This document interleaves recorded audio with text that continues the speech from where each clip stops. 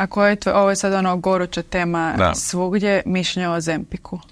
Gle, Ozempic je miracle drug, jer to je stvarno nešto što smanjuje kilažu radikalno i brzo, u velikom broju slučajeva. Ne?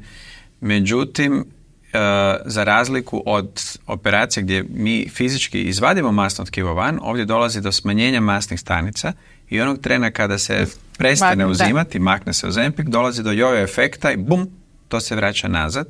Osim ako čovjek nema dovoljno jaku volju i korigira prehranu u nastavku terapije. Da, to možda iskoristi kao neki push, početak i onda ali nastavi. je impresivno koliko Ozempic danas može regulirati. Ne a samo zapravo Ozempic. njemu se ne smije biti predugo. Ozempic je ime jednog, to je semiglutamidi, to su jednostavno proizvodi, ima ih različitih, Vegovi, Ozempic, sad novi izlaze. Saxenda. Tako je, da.